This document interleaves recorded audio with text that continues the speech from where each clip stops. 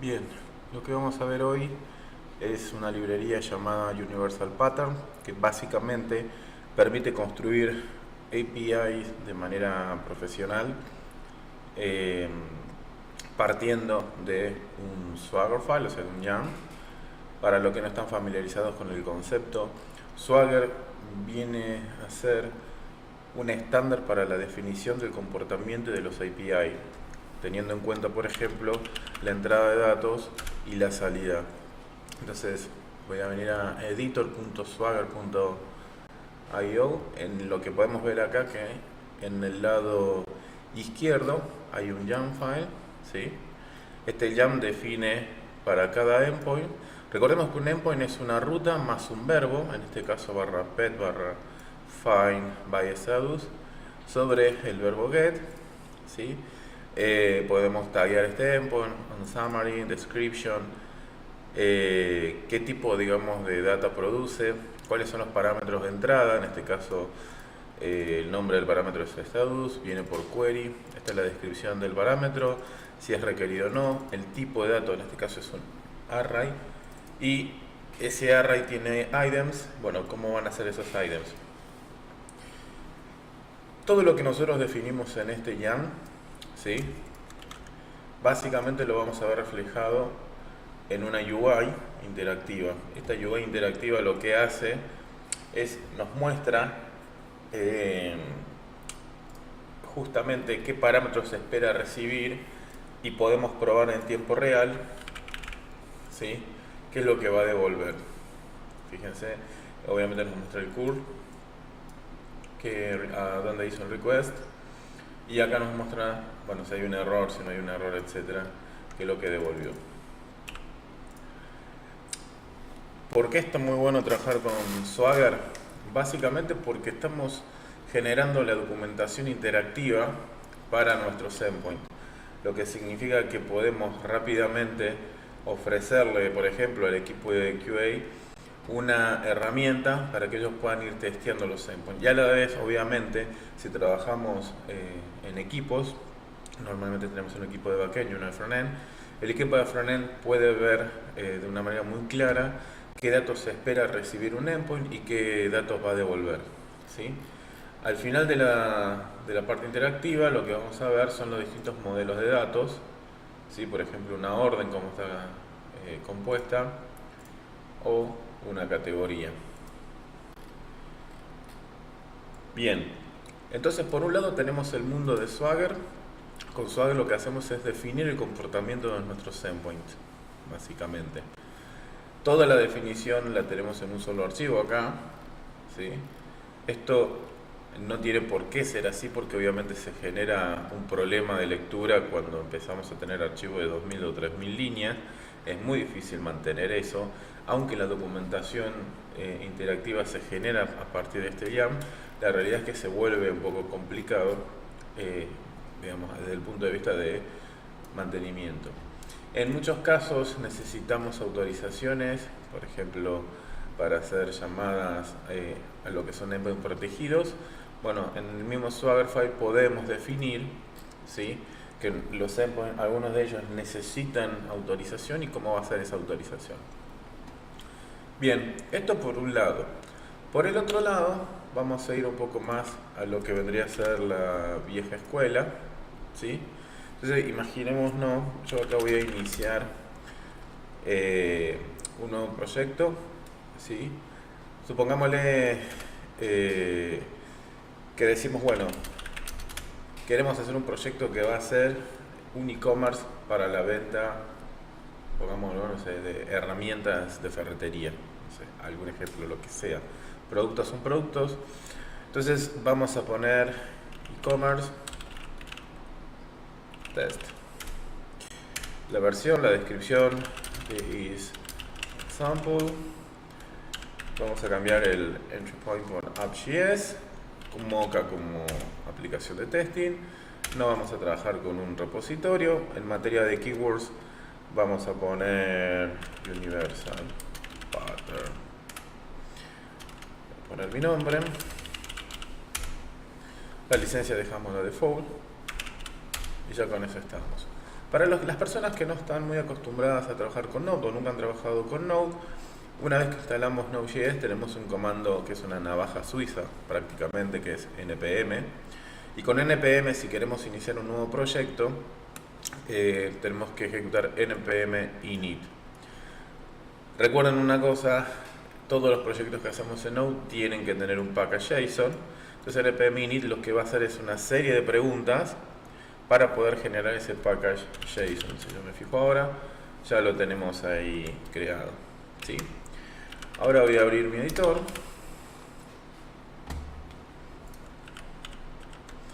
y vamos a empezar a crear un archivito app.js en el cual vamos a crear inicialmente un minimal web server tradicional de toda la vida, hablando de Node.js, ¿no? Response. Este server básicamente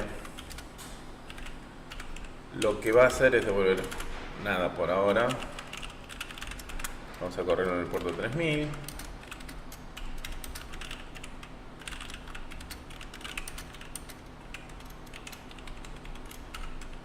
Bien. Bueno, acá lo que me está diciendo me falta la configuración de Slim. Yo siempre trabajo con Slim, es la forma cómoda de no cometer errores groseros. Corremos nuestro script y esto ya nos generó, obviamente, un servidor corriendo en el puerto 3000 que solo devuelve la palabra hi, ¿sí? Entonces, empecemos a darle forma un poquito a nuestro proyecto. Vamos a arrancar con un readme. Sabemos que en GitHub del archivo readme.md lo lee automáticamente.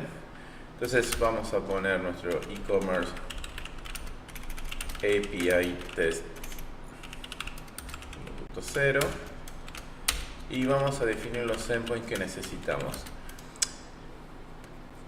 Más que endpoint vamos a definir módulos, ¿sí? Entonces, por ejemplo, inicialmente vamos a armar solo una cuestión de catálogos y después vamos a ver si podemos ir haciéndolo crecer. Pero el primer endpoint que vamos a generar va a ser el de categories, ¿sí?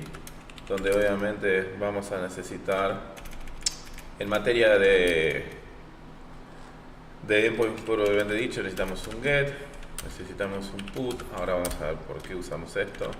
Patch and remove. Bien. Además de las categorías, en todos los casos vamos a necesitar lo mismo. Vamos a tener categorías, vamos a tener productos, ¿sí? Básicamente es igual, no cambia nada.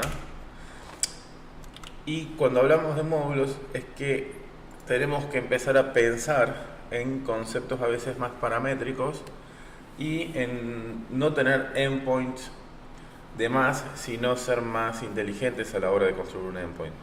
¿Qué significa esto en términos prácticos? Usualmente uno tendría una cosa como esta, ¿sí? Ese suele ser un ejemplo. El otro ejemplo que uno vería bastante común es esto. Por ejemplo, para desactivar, etcétera, etcétera. Lo iremos trabajando de esa manera. Esa es como un estándar bastante reconocido. Universal Pattern plantea esto lo aborda desde otra situación, un poco más flexible, un poco más dinámica. Bien, me voy a ir a la documentación, literalmente, esto lo vamos a cerrar, no lo vamos a usar. Esta es la documentación de Universal Pattern. Vamos a agregar a nuestro readme. Ups, aquí. Bien. Para que no se nos pierda. Después vamos a generar el proyecto en GitHub, lo vamos a dejar lo más bonito posible. Básicamente vamos a empezar instalando Universal Pattern, ¿sí? Voy a cerrar acá. Obviamente con npm. Bien, vamos a instalar además de esto dos dependencias. Express, para los que no sepan lo que es Express, vamos a venir a JS. Express.js es un framework en JavaScript, básicamente, o sea, para Node, que nos permiten construir tanto aplicaciones web completas como APIs. En términos prácticos, si yo acá vengo y levanto Express, vamos a hacerlo de la manera clásica, hicimos una instancia de Express, ¿sí? Lo que voy a hacer es, acá lo que yo pasé fue obviamente el callback que se va a ejecutar cada vez que haya un request hacia mi web server. ¿Qué es lo que hago? Reemplazo ese callback por una instancia de Express, que nos dice esto, que obviamente esa instancia de Express es una función que espera como argumento un request y un response, ¿sí? Con ese cambio yo ya puedo ir definiendo endpoint del estilo Express, que Express básicamente me dice que tengo métodos con el nombre de los verbos, ¿sí? Y lo que hago es, le paso el callback asociado, vamos a poner acá, no sé, un res.json, ¿sí? True. Y esto me devolvería, momento que nunca terminé de instalar acá, me va a devolver en el navegador una respuesta con los headers necesarios que indican que esto es un JSON, y además va a controlar cuestiones como, por ejemplo, 404, va a controlar, bueno, una serie de cosas que nosotros lo deberíamos hacer a mano si no fuera por Express, ¿sí? Bien, entonces venimos acá, vamos a volver a correr nuestra app. Si yo recargo la aplicación en este momento, obtengo un JSON, vamos a abrir el monitor, ahí venimos a nivel red, y a nivel red, si me fijo, los headers que me mandó Express a nivel respuesta, obviamente está un Power by Express, el content type es un application JSON, o sea, ya lo hizo en forma automática. Nos ahorró el tiempo en ese sentido. Además de lo que ya instalé, bueno, instalé Express, instalé config. Para los que no estén familiarizados con el módulo config, config permite justamente crear un directorio de config donde vamos a grabar archivos JSON con los environment tradicionales, o sea, develop, staging, production, etc. ¿Sí? Es algo que necesitamos tener. Y además voy a instalar MongoJS, que es el driver para Mongo que vamos a usar y que utiliza también Universal Pattern. Entonces voy a levantar Mongo acá, el driver de Mongo. Bien. Y vamos a crear la instancia de conexión. Yo ya tengo Mongo corriendo en mi máquina. Bueno, la forma de la instancia. Acá hay algo que ustedes tienen que aprender, que son las URIs que se pueden usar. 7001 e-commerce. ¿Sí? Ya con esto me estoy conectando a Mongo y le estoy diciendo cuál va a ser la base de datos con la que quiero trabajar, ¿sí? Para los que no tengan ninguna experiencia en Mongo, obviamente no puedo darles todo una explicación de qué se trata, pero en términos generales es una base de datos no SQL basada en documentos, que esos documentos son básicamente objetos, o sea, son JSONs, ¿sí? Donde no hay que respetar un esquema, o sea, no hay esquemas porque básicamente uno graba objetos, entonces el objeto del tipo JSON, digamos, no necesita un esquema, respetar un esquema en la misma collection. La collection en términos de SQL es una tabla, ¿sí? Y bueno, y base de datos es base de datos. Ahí es como básicamente lo mismo. Hay muchísima información y de hecho, si uno busca MongoDB, vamos a poner acá, creo que MongoDB es el que ofrece literalmente un buen gráfico en materias de comparación. Creo que es este, si no me equivoco, está acá. A ver, sí, acá es donde empezamos a ver. Yo les voy a dejar esto en el mismo README, solamente como para que tengan una base. una referencia, pero ahí ustedes ya empiezan a ver, acá les va a explicar la diferencia, a ver, a grosso modo, entre SQL y MongoDB. Una cosa importante a aclarar es que así como existen, o sea, hay un término que se llama matrimonio tecnológico, que por ejemplo es PHP y MySQL, Java, Oracle, bueno, esos matrimonios, bueno, .NET y SQL Server, es decir, que para cada tecnología backend necesitamos una tecnología de base de datos. Bueno, en el mundo de Node.js, obviamente el matrimonio tecnológico lo tiene con MongoDB, primero porque hablan el mismo idioma, o sea, JSON, y se utiliza el mismo lenguaje, o sea, JavaScript. Lo que permite, obviamente, poder contar con el mismo tipo de comunicación, el mismo tipo de entendimiento, y el desarrollador, obviamente, puede trabajar con ambas tecnologías sin problema, porque al final de camino sigue siendo JavaScript el lenguaje. Bien, vamos a, ya les expliqué Express, vamos a seguir con nuestro ejemplo. Lo que voy a hacer ahora, voy a hacerlo con Express primero y después lo vamos a ir pasando a Universal Pattern. Pero básicamente imaginémonos que yo quiero levantar todas las categorías, ¿sí? Cuando hablamos de leer, o sea, de levantar las categorías, estaríamos hablando del verbo get sobre el path categories. Entonces, ese es nuestro endpoint. Yo haría una cosa como esta, por ejemplo, categories, find, db la instancia de la base de datos, categories sería mi colección, find es el select, entre comillas, por decirlo de alguna manera. El primer argumento es la query, no hay query, quiero todo en este caso. El segundo argumento vendría a ser qué propiedades quiero de esos documentos, ¿sí? Lo que vendría a ser el select propiamente dicho, ¿no? Las columnas, entre comillas. Y finalmente el callback, es decir, lo que se va a ejecutar cuando termine, pues esto es asincrónico. Entonces yo haría una cosa como esta: JSON docs. Vamos a poner un poquito de control de errores. Si hay un error, res.status, vamos a poner un 500.en y vamos a pasar string esto. Bien, entonces voy a correr mi aplicación de nuevo, voy a recargar, a ver, ¿dónde lo tengo? Acá lo tengo, y voy a llamar a barra categories.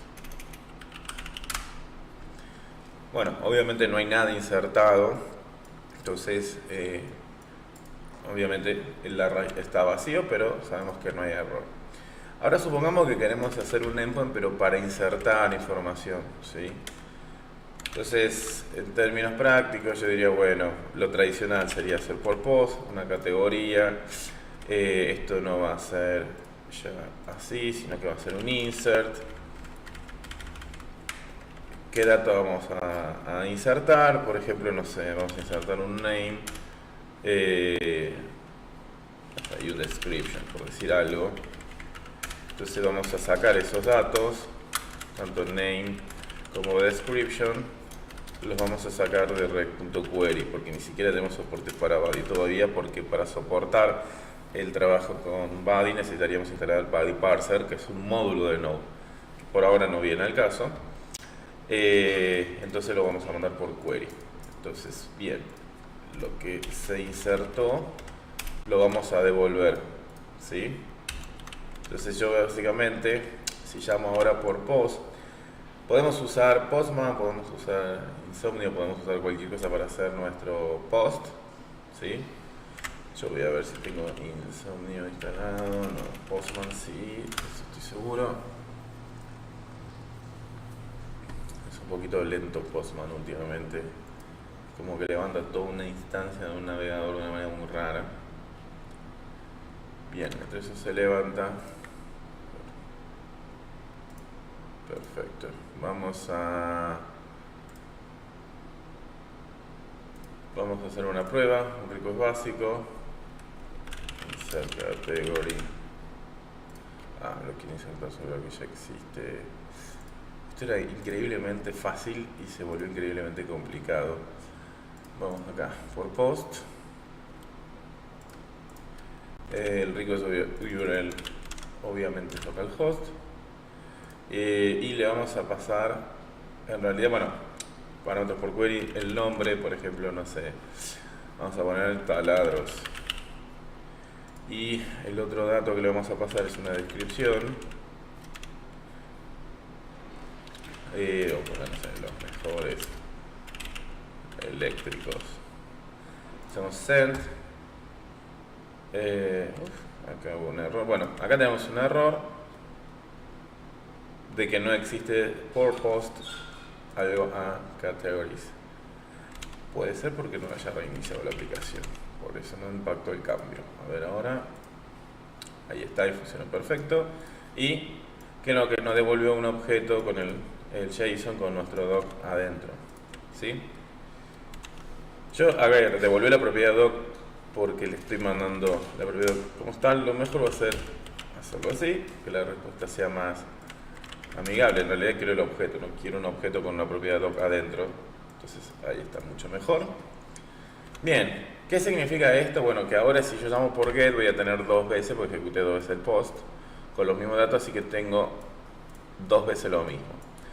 Ahora vamos a hacer lo siguiente, para estresar esto y para que se entienda el valor real de Universal Pattern. Voy a ejecutar muchas llamadas, también es el mismo dato, no pasa nada. Y cuando yo haga el get, voy a empezar a recibir cada vez más y más objetos, ¿sí? Imagínense que, no sé, tenemos 10.000 categorías, por decir algo. Vamos a necesitar paginar esto si se lo queremos mandar al front, porque obviamente si no va a ser imposible. Y ahí es donde empezamos a ver las necesidades de lo que yo dije al principio, de contar con una API profesional. ¿Qué significa que sea profesional? Básicamente significa que todas estas cuestiones como, bueno, necesito paginar, necesito buscar, necesito actualizar, o sea, necesito un montón de issues que los tengo que hacer programáticamente. Entonces perdería mucho tiempo. Ahí es donde Universal Pattern entra de alguna manera a rescatarnos, ¿sí? Acá lo primero que nos dice la documentación es que antes que nada tenemos que crear la configuración. La configuración la saca desde un folder llamado config y nos dice que generemos un default.json y nos sugiere esta estructura inicial. ¿Qué es el base path? El base path es el lugar donde vamos a montar nuestro microservicio. En nuestro caso le vamos a llamar core. El puerto donde va a correr el servicio va a ser el 3000, el nombre va a ser e-commerce y esto lo vamos a cambiar por e-commerce. Bien, ya creamos la configuración y ahora si miramos nos da todo un ejemplo de un archivo app.js. Lo voy a copiar y lo voy a pegar literalmente y ahora vamos a revisar todo lo que tenemos acá, a ver qué nos puede estar faltando. Pero en términos, bueno, como le dije, como no tengo un Sling configurado, vemos todo rojo, no se preocupen, hay que crear un archivo de configuración de Sling o nos traemos alguno de algún lado y ya está. En líneas generales estamos usando los módulos, vamos a instalar path, no hace falta, perdón, ahí. En línea general lo que tenemos acá es una instancia de Universal Pattern, es decir, lo que nos está proponiendo esto es, vamos a correrlo, bueno, perdón, hay que crear además de esto el directorio Swagger, ¿sí? Y ahora vamos a tener que ir creando los distintos elementos para que esto empiece a funcionar, ¿sí? Bien, en materia de Swagger, si se fijan, levantamos la configuración, levanta el base path, levanta el host, levanta el port, todo lo que nosotros ya creamos dentro de nuestro default.json. El title y nuestro path example lo vamos a poner como e-commerce example si quieren. Bueno, términos y condiciones, a quién hay que contactar en caso de un problema, etc. Y después si vienen, perdón, acá, que se va a ver más lindo, se vienen algunas configuraciones extras, como por ejemplo, si queremos que la salida, el output sea comprimido, esto obviamente optimiza el tráfico de red, sacrificamos CPU del servidor por el tráfico de red y mayor velocidad. También le genera obviamente una carga a los dispositivos porque hay que descomprimir ese dato, pero bueno, es un precio razonable a pagar. Y hay un route controller, acá hay un ejemplo de si hay un endpoint protegido, bueno, esto ya lo vamos a ir metiendo más en profundidad, pero este route controller básicamente lo que hace es ejecuta la sentencia que está acá adentro cada vez que se llama a un controlador, ¿sí? Una vez que hay una instancia creada, pone el sistema en modo listener y ya con eso funciona. Vamos a crear ahora nuestro primer jam. Acá en la documentación nos da un ejemplo muy básico. Lo podemos copiar sin problema. Vamos a crear Embedded Model Jams. En Swagger vamos a crear categories.yam. Los que no han trabajado con archivos YAM, sepan una cosa, es un archivo tabular. Por lo tanto, si se equivocan en materia de la cantidad de espacios, no va a funcionar. ¿Sí? Bueno, vamos a crear categories, category list. Eso lo dejamos como está. Ahora después vamos a ver igual de qué se trata a new category. Todo esto. Yo le estoy metiendo category como tag, como todo, porque bueno, no necesitamos más nada. En vez de model input, así category input. Ahora les explico bien esto, tranquilo. Category added, esto es una description. Delete category. Bien, delete category. Finalmente, por acá, category document, model. En vez de model update, category update, updated category. Bien. Bueno, esto lo vamos a cambiar por category input. Ahora les explico bien de qué se trata todo esto. Bien, el category input es la definición, es el modelo de datos que esperamos, donde lo que necesitamos era un nombre. No vamos a un line, vamos a usar una description, pero no la vamos a hacer obligatoria. ¿Sí? Ahí está. Bien, el category update, el único dato real que necesitamos es el ID, así que queda como está. Fíjense que acá dice, bueno, que el tipo de dato de la propiedad ID es un string y el formato es un Mongo ID. ¿Sí?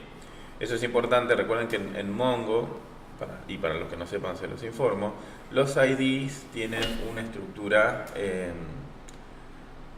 es un string, no es un número incremental como en SQL, y es un string de 24 chars. Bueno, y estos categories, donde lo que le estamos diciendo es qué propiedades vamos a enviar. Tenemos nombre y tenemos description, que también es un string. Me falta una P. Ok, ¿qué es lo que estamos haciendo en este YAML?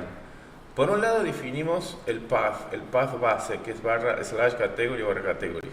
Para el verbo get le definimos un tag, category, los tags son una forma obviamente después de agrupar los endpoints. Y por el otro lado tenemos que hay un Swagger Route Controller asociado a este endpoint llamado Universal Search. ¿Sí? ¿Y cuáles son los parámetros que se esperan? Bueno, queue, paging, sorting, limit and fill. Todos estos parámetros ustedes lo tienen documentado en la documentación de Universal Pattern.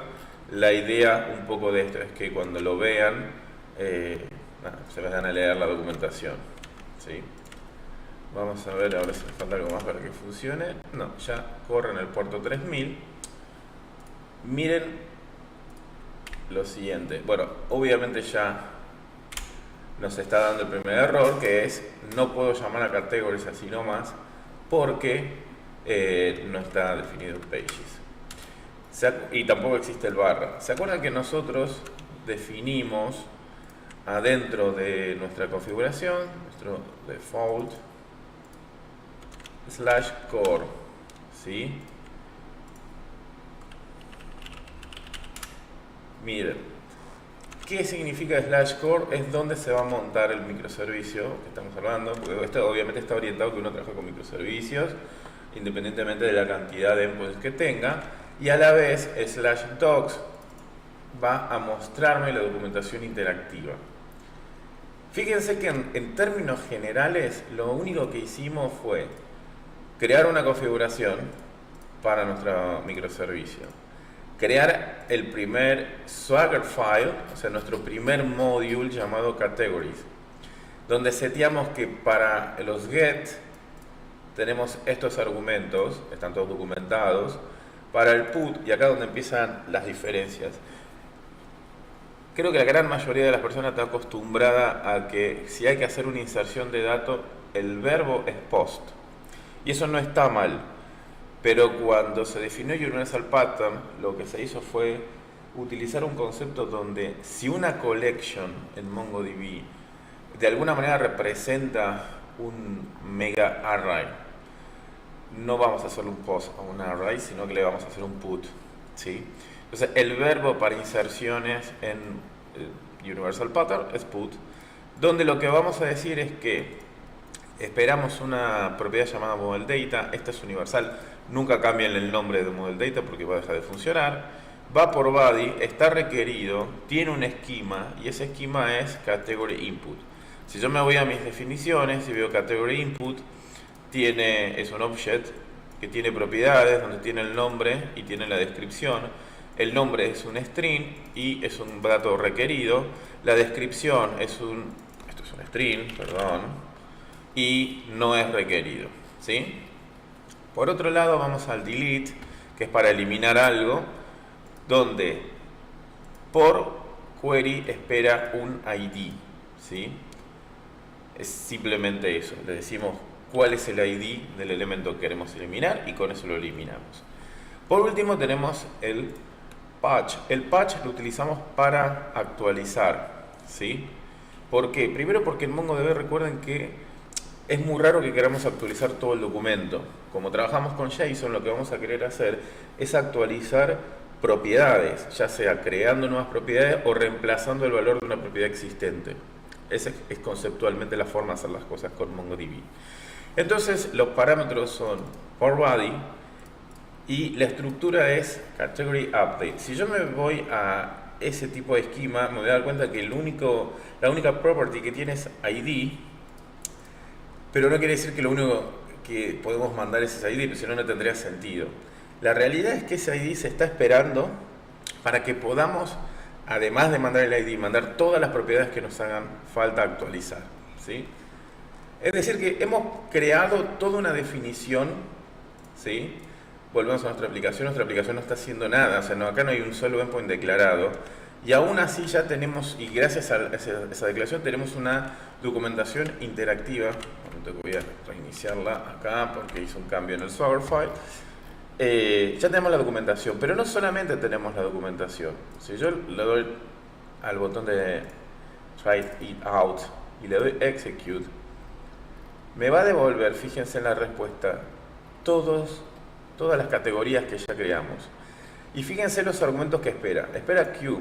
Q es un querying pattern for search. Significa que con esto nosotros podemos hacer búsquedas. Todo esto está documentado en Universal Pattern, obviamente. Vamos a venir. Bueno, acá en la documentación les va a explicar absolutamente todo, ¿sí? Fíjense que por un lado va a hablar de lo que son los métodos de servicio, ya vamos a ver de qué se trata eso, y después les va a ir explicando a medida que avancen cómo trabajar, bueno, con hooks, tiene realmente de todo, está muy completo, y cómo empezar a trabajar con la definición de los endpoints, ¿sí? Entre los que está the parent queue. Por ejemplo, si queremos levantar un documento por ID, ¿sí? Venimos acá, vamos a hacer ese ejemplo básico, voy a copiar este ID. Entonces lo único que le digo, quiero el documento ID tanto, execute, y me devuelve. Fíjense que la estructura de respuesta es siempre la misma. Está docs, donde van a ir todos los documentos que hicieron matching. El límite es la cantidad de documentos por request. El counting es la cantidad de documentos que se encontraron. La página actual donde estamos y el total de páginas que formó esa query. Si yo saco esto de acá, o sea, no filtro por nada y miro la respuesta, bueno, obviamente hay muchísimos documentos, de hecho hay 17, estoy viendo la página 1, el límite está en 30. Si yo no quisiera límite 1, quisiera bajarlo, hacer más chico, por ejemplo, dame de a 5 registros, con solo modificar el límite, ya me devolvería solo 5 registros, me dice, el límite está en 5, encontré 17 documentos, estás en la página 1, pero hay 4 páginas en total, ¿sí? Es decir que ya, o sea, vamos a entender esto, ya tenemos el endpoint get que está soportando todo este tipo de propiedades, ¿sí? Ese endpoint ya tiene toda una definición y no hemos escrito una sola línea de código real, o sea, no hemos escrito nada de Node.js. Lo único que hicimos fue definir un Swagger file y decirle que el controlador de ese endpoint lo va a resolver universal.search. Entonces,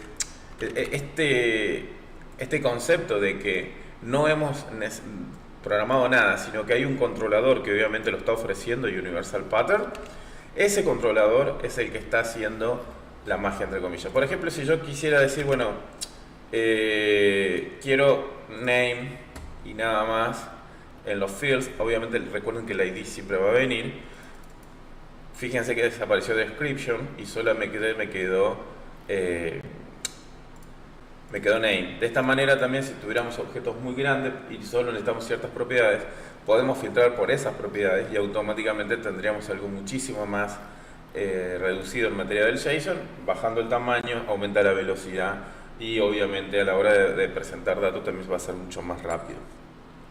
Bien, ya vimos que tenemos el endpoint get, todo esto ustedes pueden ir viendo, por eso yo siempre trabajo con Swaggerfile y a la de la consola, a qué endpoint está llamando, ¿sí?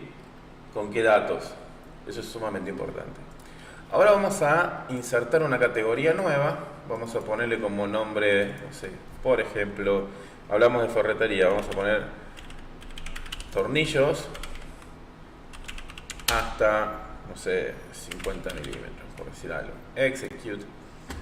Y si está todo bien, ¿qué nos devolvió? Nos devolvió, fíjense, y esto es interesante, nos devolvió un objeto donde está el nombre y la descripción y aparece en una propiedad llamada, bueno, con la fecha donde fue creado el add, la versión del documento, ese res 3 que ustedes ven ahí, es lo que está seteado en esta definición, ¿sí? ¿Cuál es la idea de trabajar con esos versionados? Fíjense que acá yo te digo Swagger Model Version 3. La idea es que como en MongoDB todo es dinámico y demás, podamos establecer versiones en cada actualización del esquema de datos que va a ingresar para que después podamos tener un registro de qué versión de documento desea, por qué versión del endpoint fue creado ese documento.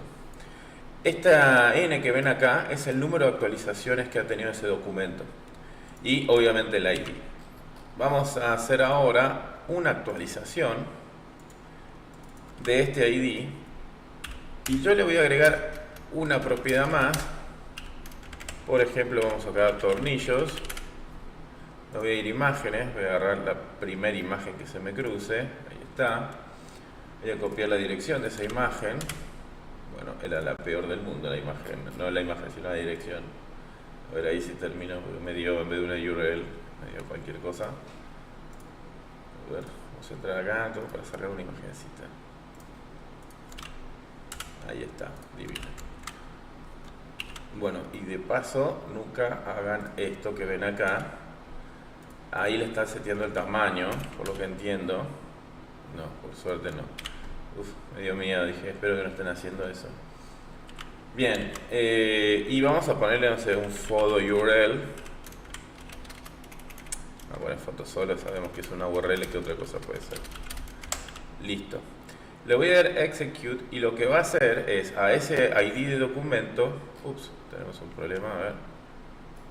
Bad request, porque está como no va. Perdón. Ahí está, ahora sí. Fíjense que me devuelve el documento. Pero ahora el n no es 0, sino es 1. ¿Qué significa eso? Es la cantidad de actualizaciones que ha sufrido ese documento a lo largo de toda la vida. ¿Sí? Es decir que a esta categoría le creamos una propiedad llamada foto. Si yo me vengo al get acá, le vamos a pedir, no sé, 50 registros y que no filtre por nada. Si me voy al final de todo, voy a encontrar la nueva categoría, tornillos, y que tiene la propiedad fotos. Fíjense que ya tenemos todo lo que se conoce como ABM, o sea, el CRUD tradicional, ya lo tenemos funcionando. Vamos a hacer una prueba de borrar ahora. Para borrar no hace falta más que venir acá, insertar el ID, ejecutar, y nos va a decir que ya lo borro, ¿sí? Si yo borro algo, o sea, trato de borrar algo que ya borré, no va a producir un output con un incrementador de lo pudo borrar o no. Entonces, antes teníamos 18, voy a ejecutar y ahora tenemos 17. De esa manera tan simple hemos logrado crear las categorías para nuestro API de productos. Pero ahora vamos a subir un poquito más la apuesta. ¿Qué significa eso? Ya tenemos las categorías, ahora vamos a crear los productos. .yarn. Voy a venir a las categorías. Voy a venir acá, voy a copiar y pegar porque no tengo muchas ganas de escribir todo de cero. Productos. Vamos a empezar a definir nuestros productos. Todo eso queda como está. Products. El put, insert a new product. Esto obviamente yo lo estoy haciendo así rápido, mal, feo, pero ustedes lo pueden hacer muy bonito y bien. Eso es, definición de products. Delete a product. Bien. Vamos con el patch, o sea, la actualización. Y acá donde les voy a enseñar algo que es una de las grandes maravillas realmente de Universal Pattern. Product. Bueno, vamos a la parte de definiciones, que es donde más vamos a sacarle el jugo a esto. Product Input. Versión del objeto 1. ¿Qué necesitamos para el producto? ¿Un nombre y descripción? Sí. ¿Qué más vamos a pedir? Vamos a pedir la foto del producto. ¿Sí? Es un string también. Así ya normalizamos eso. No lo vamos a hacer requerido, la mayoría de las veces no lo tenemos. Y acá donde se viene realmente algo interesante. Yo quiero que me indiquen a qué categoría pertenece ese producto. ¿Sí? ¿Qué haríamos en ese caso? De la manera tradicional, pensando como desarrolladores backend, lo que haríamos sería, bueno, necesito tomar el ID de la categoría, fijarme si existe en la base de datos, levantar la información si existe, popular ciertas propiedades, quedarme con ciertas propiedades y insertarlo. Eso lo haríamos pensando en un esquema MongoDB tradicional, ¿no? Si fuera SQL ni siquiera haríamos todo eso porque grabaríamos el ID del producto y ya porque se utiliza un concepto de joins y demás. Pero la realidad es que en MongoDB trabajamos orientados a la vista, por ende siempre, digamos, desde un punto de vista de obtener información, siempre va a ser mucho más rápido hacerlo sobre MongoDB que sobre los SQL porque no tenemos joins. Esa es la idea, ¿no? Obviamente esto significa que tampoco tenemos una atomicidad y la atomicidad la tenemos que garantizar nosotros programáticamente hablando. Digamos, hay ventajas por un lado, desventajas por el otro, como cualquier tecnología. Entonces ahí es donde nosotros tenemos que decidir qué queremos hacer y cómo. Bien, volviendo a esto, en Universal Pattern vamos a buscar algo llamado lookup. Swagger lookup. Fíjense, yo voy a mostrarles acá esta maravilla. ¿Qué hace esta propiedad, este Swagger lookup? Vienen, bueno, en realidad vamos a copiar todo porque tiene que estar relacionado con una prop.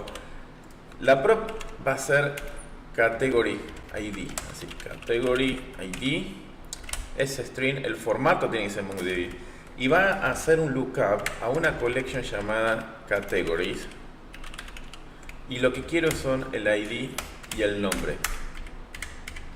¿Qué significa esto? Le estamos diciendo al sistema que vamos a pasar una propiedad llamada category ID, que es un string, que tiene un formato de MongoDB, y que va a tener que darse vuelta a buscar en la collection category ese ID, y si solo si existe, va a levantar estos dos datos y me va a devolver la propiedad esta. Pero, y acá donde se vuelve interesante, no le pongamos category ID, pongámosle category solo, porque lo que va a generar es una inyección del documento, o sea, el embed del documento. Y si dice ID no tiene sentido que sea un object, entonces vamos a dejarlo como category. Bueno, acá es product ID, update, perdón, sabemos que el ID eso queda como está. Y en materia de products tenemos nombre, descripción, ya sabemos que tenemos una foto, que es un string, y tenemos una category, y acá donde tenemos que definirlo correctamente, el type es un object, ¿sí? Es correcto. Además del type tiene properties, donde tenemos un ID, que es un string, y tenemos un name, que es un string. O sea, la entrada de datos es distinta a la salida, y eso es totalmente válido. Bien, vamos a reiniciar acá. Y lo que voy a hacer es recargar. Y fíjense que tengo Categories and Products. Obviamente si trato de obtener producto ahora voy a obtener un array vacío porque no existe ningún producto. Así que lo primero que vamos a hacer es insertar uno. Vamos a intentar un tornillo pasamuro. Descripción de, no sé, 120 milímetros. Vamos a buscar un tornillo meshes. Vamos a agarrar un tornillo pasamuro cualquiera. Siempre te venden algo tremendo. A ver si ya me lo copio bien. Se lo vamos a pedir prestado a la gente del Mercado Libre. Foto. Bien. La category. La category, si yo ejecuto esto ahora, me va a dar un error. Porque lo primero que verificó es que este string, no es un MongoID válido. ¿Sí? Punto número 1. Pero yo sé que esto está esperando un ID de categoría. Copio el ID de la categoría tornillos y lo pego acá. Le voy a ejecutar. Y fíjense lo que me devuelve el sistema. Me devuelve el objeto creado, nombre, descripción, foto. Me devuelve la category y a la vez una propiedad llamada categories, que es el mismo nombre que tiene la collection, ojo, donde me populó las dos propiedades que yo le indiqué por Swagger. Si yo vengo a mi Swagger file y veo que es lo que tiene que popular, ID y nombre. Si yo quisiera a partir de ahora popular también, no sé, la foto, lo agrego ahí, reinicio el sistema, le doy execute, vamos a cambiar el nombre para tener dos nombres, aunque sea la imagen, pasamuro 2, execute, y veo lo que inserto. Fíjense que también está la foto ahora. Obviamente yo ya ahora tengo dos productos, ¿sí? Si yo ejecuto me va a devolver los dos productos, pero hay una diferencia entre ellos en la propiedad categories, porque en uno tiene tres propiedades, que es ID, name, una foto, y el otro solo tiene dos. Y esto es lo que yo les decía en materia de atomicidad, ¿sí? O sea, ya hay una inconsistencia, pero bueno, hay muchos trucos que podemos ir usando, tranquilo que esto va para largo, pero ya con esto puedo crearme una UI para crear categorías, para crear productos, para mostrar esas categorías y para mostrar esos productos. Y de hecho puedo hacer ya cosas como un buscador, donde digo quiero lo que empiece con la palabra tor, y me va a dar todos los tornillos. Y para chequear bien esto, lo que vamos a hacer es crear un nuevo producto. En vez de tornillo pasamuro, vamos a poner tornillo come madera, ¿sí? De 60 milímetros. Ejecutamos. Vengo acá y quiero filtrar por lo que tenga el string mar. Y no tenemos nada. Sí, vamos a buscar mad. Y tengo uno. ¿Sí? O sea, ya podemos hacer búsquedas, podemos ordenar los resultados, podemos limitarlos, ya podemos hacer un montón de cosas. Y no programamos una sola línea de JavaScript todavía. Lo único que hemos hecho es trabajar con los archivos YAML, es decir, con estos Swagger files. Y estamos construyendo una API robusta, sumamente flexible, que nos permite y nos resuelve el tema de, por ejemplo, paginación, el tema de búsquedas. Ya tenemos algo sumamente profesional donde lo único que hicimos fue crear y entender la definición de nuestro endpoint. Bien, hasta ahora ha sido todo por hoy. En la próxima edición lo que vamos a ver es el mundo de los hooks y de los controladores dentro de Universal Pattern. Así que tengan un lindo día.